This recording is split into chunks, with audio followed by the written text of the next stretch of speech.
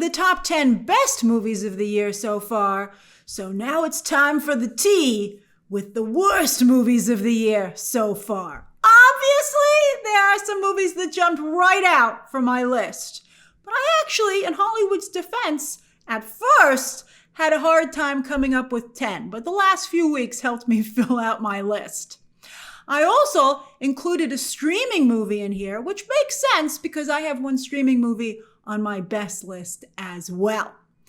Disney having a horrible year. Woo!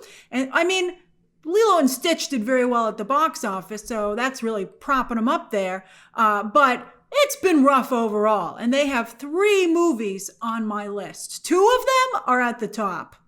But Universal actually has 4, and I didn't forget about you, Warner Brothers. You might be doing a great job right now, but when the year started, whew, it was bad. So you've got some movies on this list as well.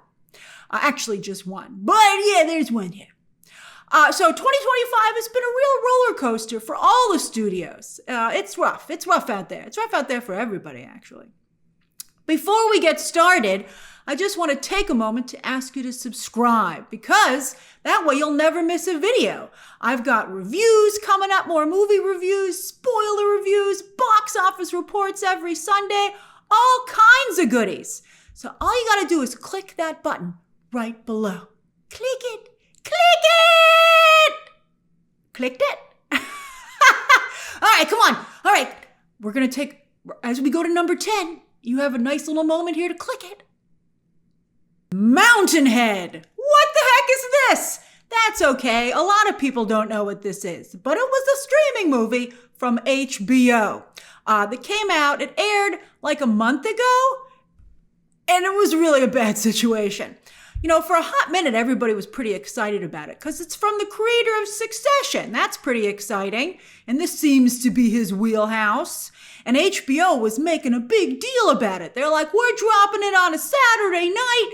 So that, I mean, I think they knew it was kind of bad because they ended up dropping it a little earlier. But the idea is they were going to drop it like at 8 or 9 on a Saturday and everybody would watch it at once and tweet about it on social media. But it was awful. That's what happened. It was really bad. Like at the beginning, it does have some interesting things to say about tech bros and the unchecked power that we're giving them. And that in this case, great power does not come with great responsibility. But who wants to watch a movie about how we're all fucked and doesn't offer any solution? It's just like, yeah, we're going down. That's not fun. And then, of course, the movie wildly goes off the rails in the second half. And I'd say it turns into a farce, but it wasn't funny. Steve Carell must be stockpiling money because he seems to be saying yes to everything that he's offered. And sometimes it works out, and sometimes it does not. But although I have to say in his defense, who says no to the creator of Succession coming off of Succession? I guess you read the script and then you go, this seems pretty bad. I don't know. Well, I wonder how much he got paid for it. I'm sure a lot because he is the biggest star in it. Although I think he's minimizing his star power as he says yes to too many things. And a lot of them suck. But I am very happy to see as he goes down, Corey Michael Smith potentially going up. A lot of us are OG fans from his Riddler days. He was so good. Number 9, 28 years later. Wait a minute. Didn't I give this movie a good review? Well, let me explain my list. I got to fill the list. And also, I have a valid reason for putting some of these movies on here. And that's that we're not just talking about definitely bad movies, but movies that have, well, some people might be able to defend them. They've really harmed the overall franchise or the people associated with them. And this movie is a prime example.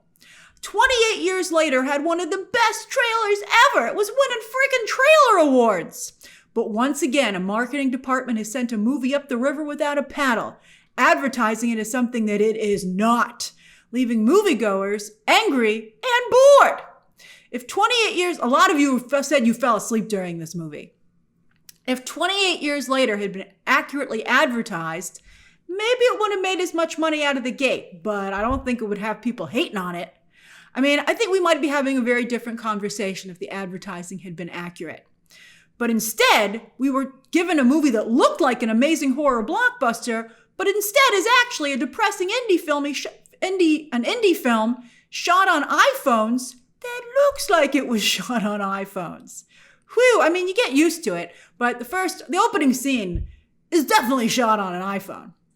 I don't care how many iPhones they stapled to a plank of wood. It doesn't look good. I mean, that looks cool, but the results aren't great. I appreciate what Danny Boyle and Alex Garland are trying to do here. And as I said in my review, this is something that I think would be more at home in a museum than in a movie theater.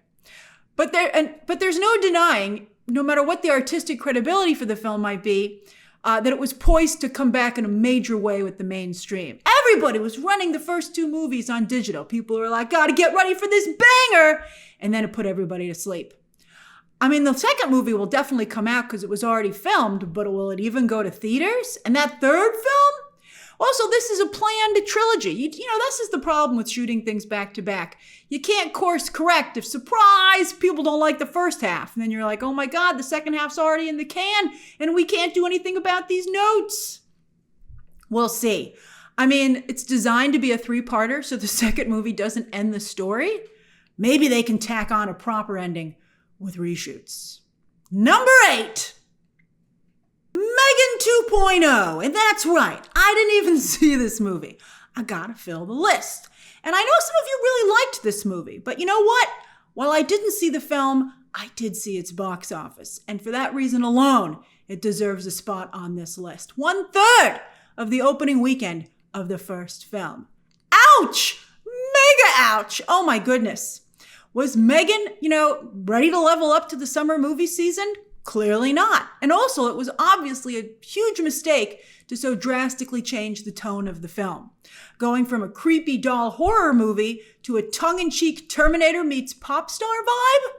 And I'm sure it didn't help that over on Netflix, they have a huge hit with K-pop Demon Hunters, which I think is a much fresher and modern look at the current music world.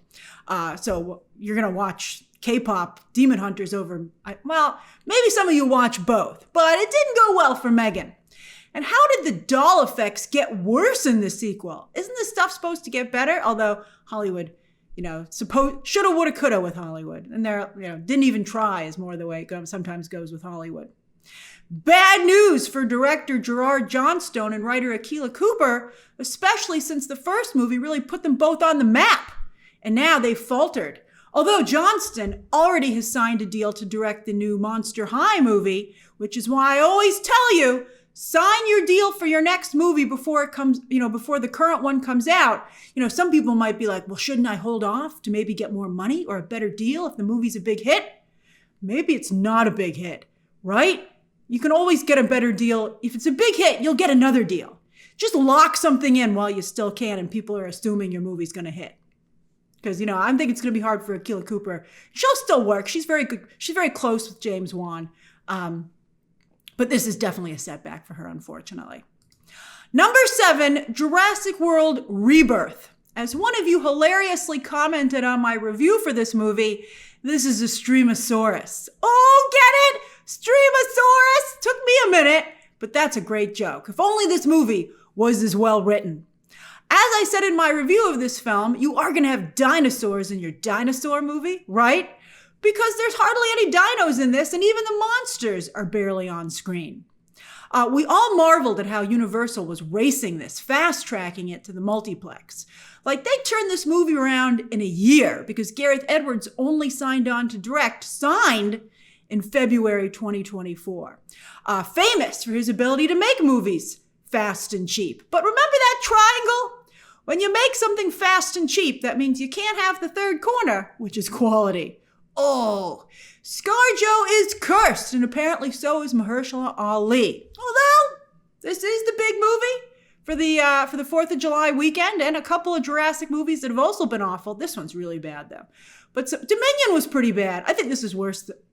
No, it can't be worse than Dominion, because that squandered the original trio coming back. But, I don't know. We'll see. I mean, there's a chance this movie still might make a lot of money. And then I hope they do a better job with the next one. Number 6, Lilo and Stitch. And yes, I realize that this movie made almost $1 billion on just $100 million budget. It's definitely getting a sequel. They announced that it's getting a sequel. But it deserves a spot on this list. Wake Disney up and hopefully fix the horrible mistakes with this movie. Huh. I mean, talk about a new creative low for Disney, in my opinion. I know some of you liked this movie, but I think that this is a prime example of them sucking their IP dry to cash in on the nostalgic craze, not caring that they burn it all down in order to do so. How about investing in your future, Disney? And they're just taking us for granted, but I mean, we always come back.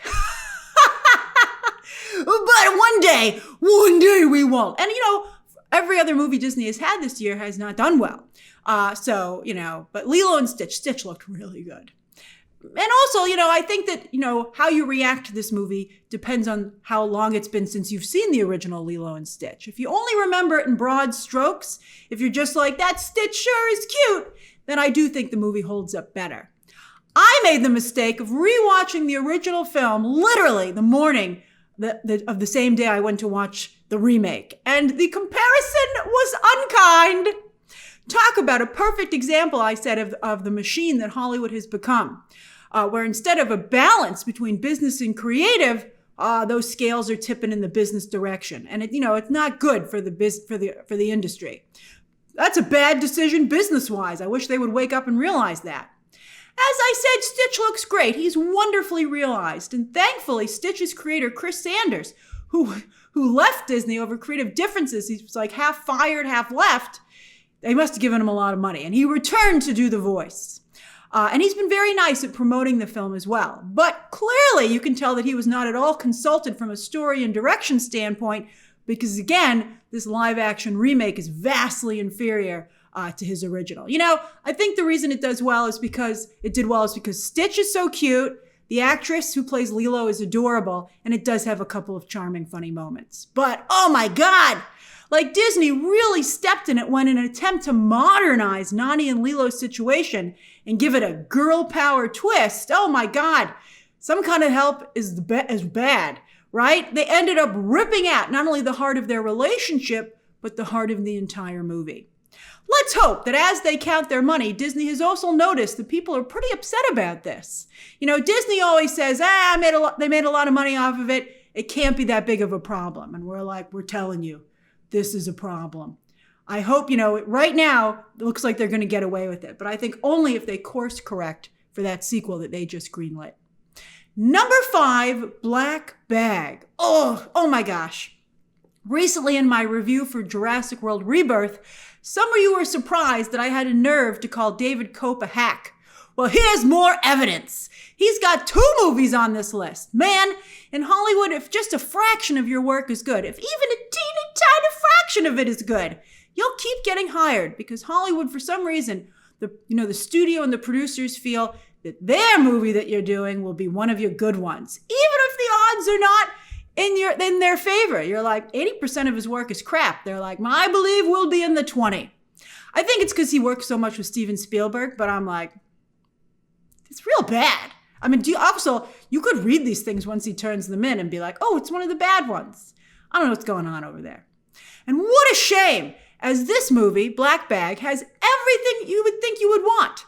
An amazing cast, gorgeous sets. Steven Soderbergh and Michael Fassbender and Fassy in some fascinating, fashionable glasses. I love his glasses. They look a lot like my glasses, but they look really good on him. I'm like, those are great. Those are really nice. Those glasses sold that movie. But once we got in there, I couldn't save it. But also I have to say, Steven Soderbergh, even a plus these days. He was going to retire, and at this point, I think a lot of us are wishing he would. He hasn't had a successful movie since Magic Mike over a decade ago. I appreciate his willingness to take risks, like making Magic Mike. A lot of people of his caliber wouldn't make that movie, and the first one was good. The second one was not good. And he's made some great movies, back in the day, and some of his more recent movies are watchable. You can watch him, but he's really slowly, like a snail, destroying his legacy. Black Bag does have some interesting ideas. Too bad it's incredibly boring. I know some of you liked this movie, but come on. It's so boring. Number 4, Mickey 17. That's how fast things can change in Hollywood, because when this came out, Warner Brothers was in panic mode.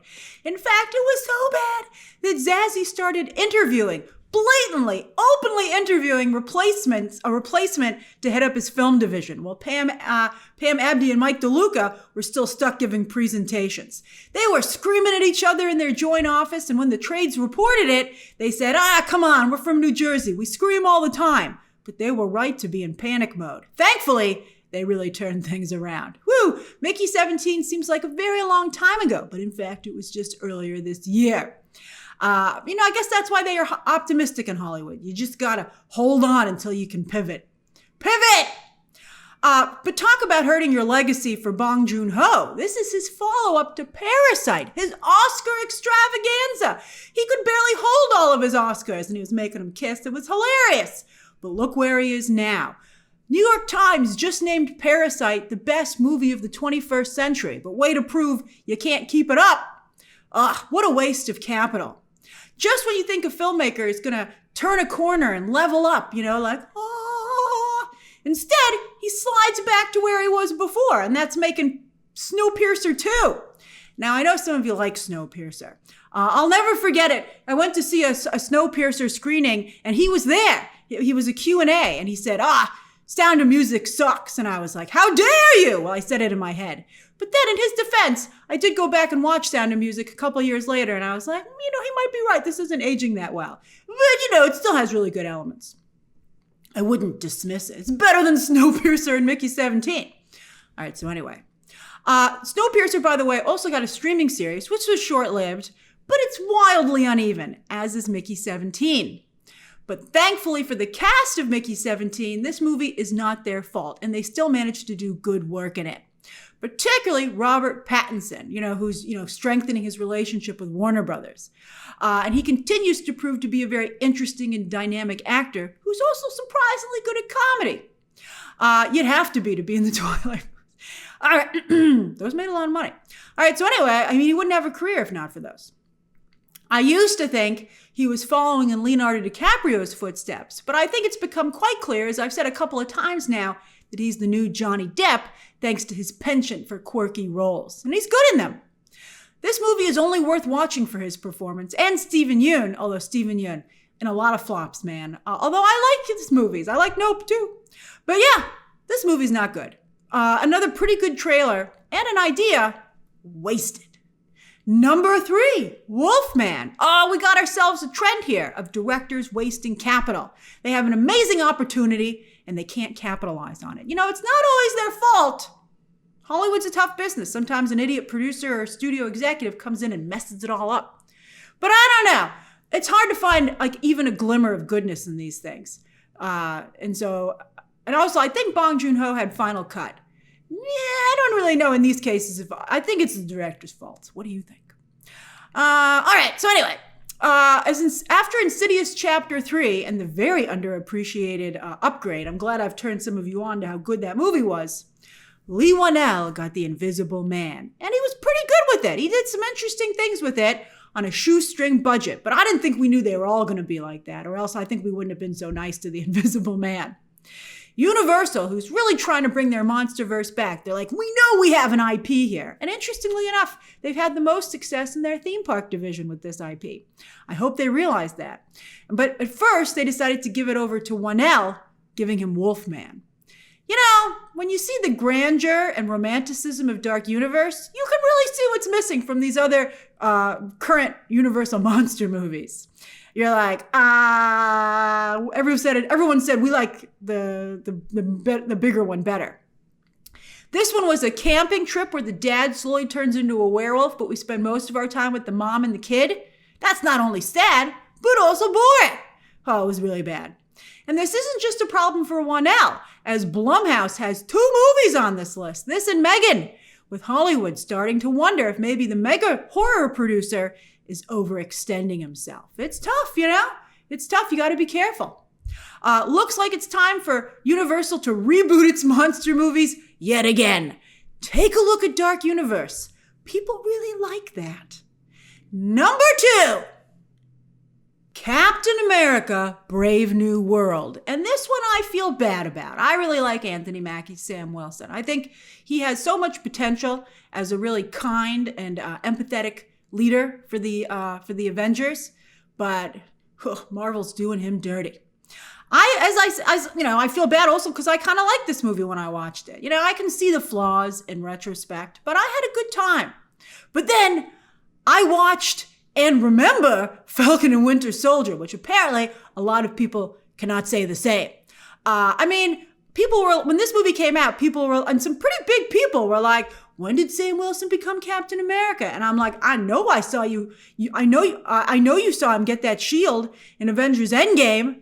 And I don't know why everyone's playing dumb. And then also Falcon and Winter Soldier had good ratings. It was one of the, Disney Plus, the Marvel, now we all know it was a debacle. But in those early days, they were coming hot out of the gate. But, I guess it was 4 years ago.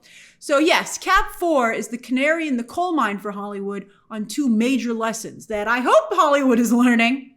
One, when it comes to franchises trying to have their cake and eat it too, you can't be on both streaming and movies because everybody just starts to grab it. It's too much content and everyone just and they start skipping stuff and then they start saying, we'll just wait for it on the streaming service. It's, this was, I think, one of the major evidence that Disney Plus had really done real damage, just like with Pixar to Marvel. And then two, partially because of COVID and the strikes, but it's taking way too long for a lot of projects to return for their next entries on streaming and in movies. But 4 years was just too long. Although audiences didn't have a problem coming back 4 years later from Wanda to Agatha, although that didn't switch mediums. That stayed streaming to streaming. So maybe that helped. Poor Sam Wilson, as I said, he deserves better. And what's with all the Red Hulk scenes being in the trailer? How do you not capitalize on this yumminess? But they didn't. They made a huge mistake. All right, so then, the worst movie of 2025. You know what it is. Say it with me. Snow White. Wow. So bad. Epically bad. In fact, so bad that we thought this might be the one to finally snap Disney out of this creatively bankrupt, trend that they're on. But then Lilo and Stitch did extremely well. So that's not gonna happen. All right, so now I will say that the movie looks really pretty. As I said, when the trailers came out, it looks like Snow White is a very interesting movie. So it looks like a Thomas Kinkade painting brought to life. And I do think that they did a good job updating Snow White's look. Her dress, they had to update from the 1930s. And I think her dress is really beautiful. The hair, not so much. That was a big mistake. And then, of course, the CGI dwarves. Thanks a lot, Peter Dinklage. As I said when I was covering this movie, way to close the door behind you in Hollywood. The weird extra group of 7 humans. What? And Gal Gadot hitting a new low as an actress. What a missed opportunity for a real actress. And there were a lot of people they could have chosen to do something really exciting with this iconic role. Today also, there's real concern about AI, including in Hollywood. And this Snow White movie seems like someone asked ChatGPT to write a movie that has every single one of the Disney Studios' current bad habits, creatively and business-wise. They're like all in one movie. It's crazy. Plus, Snow White has been part of Hollywood also learning that when it comes to the nostalgia craze, you can't go too far back, particularly to something that has not continued to be popular. Snow White is the one that started it all. We've been talking about that. This is a big year for the ones that started it all. Snow White, Superman, the Fantastic Four. Let's hope the other two go better than Snow White did. Although I think Fantastic Four is in a similar boat, but Superman has continued to be popular. So I think that separates it out of this pack. But, people, for instance, with the older Disney princesses, to this day, they still rewatch Cinderella and Sleeping Beauty. But very few people go as far back as Snow White. And when they do, it's to appreciate the cutting-edge artistry of that film at the time, which was not duplicated in this live-action remake, except for the forest sequence. That was very interesting. And if they had also kind of pushed the edge of the envelope creatively, maybe I think that would have helped this film. Also, this Disney princess movie ended up in the middle of the Israel versus Palestine debate. Now, interestingly, Gal Gadot has totally retreated from the pop culture scene after this film. But Rachel Zegler refused to be Melissa Barrera or Susan Sarandon. And she has, been able to go forward, not only thanks to her own perseverance, but also, and perhaps because people saw what happened to Melissa Barrera and Susan Sarandon, particularly Melissa Barrera, Rachel Zegler's fans have backed her, and also other big celebrities have helped her. I think it's partially not only because they agree with her, but also because she was the focus of a very aggressive smear campaign by the studio. It's a little bit almost like what happened with Zack Snyder. Melissa Barrera and Susan Sarandon were largely more targeted by agencies. And so I don't think, it had more of a business spin to it. So it didn't have the same David and Goliath feel to it. But yeah, I think Disney going after Rachel Zegler in the press, trying to pin this on her, really activated a lot of people to back Zegler. So we'll see. Zegler has gone forward. I think she's, we'll see how this materializes. But she is right now on the West End with Evita, with talk of it coming to Broadway. And so far, she continues to be at the heart of both positive and negative discussion, but the positive stuff is really, really strong still. And a lot of the celebrities who backed her against Disney came out to support her at her premiere for Evita. So I think that might continue. The movie might not have found a happy ending, but its Disney princess seems to have in real life. I think, her career is stronger than it's ever been, in fact. And I think in the entertainment space, fascinatingly, she is part of what is an overall kind of new movement that is, it's just starting, it's starting to get real traction, I guess you could say, in the mainstream space. And we'll see what happens, I think it's still very early days in the mainstream space, but make no mistake, I think fascinatingly, Rachel Zegler is the entertainment front line of that. So we'll see. But interesting. So those are my top 10 worst movies of 2025 so far. I'm very curious to hear your own lists down below and your thoughts on mine. Of course, subscribe today. And as always, you can check out some more videos, including my best list right now.